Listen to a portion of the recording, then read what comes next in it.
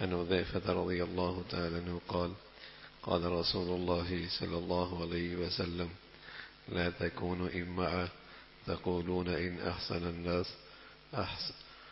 أحسننا وإن ظلموا ظلمنا ولكن وطنوا أنفسكم إن أحسن الناس أن تحسنوا وإن أساءوا فلا تظلموا. حضرت حذیفہ فرماتے ہیں رضی اللہ تعالی عنہ، پیارے رسول صلی اللہ علیہ وسلم نے فرمایا تم دوسروں کو دیکھا دیکھی کام کرنے والے نہ بنو کہ جیسے چلن ہو تم بھی ویسے ہی چل پڑو، چونکہ سبھی ایسا کر رہے ہیں چلو ہم بھی ایسے ہی کر لیں گے. تو پیارے رسول صلی اللہ علیہ وسلم فرمانے لگے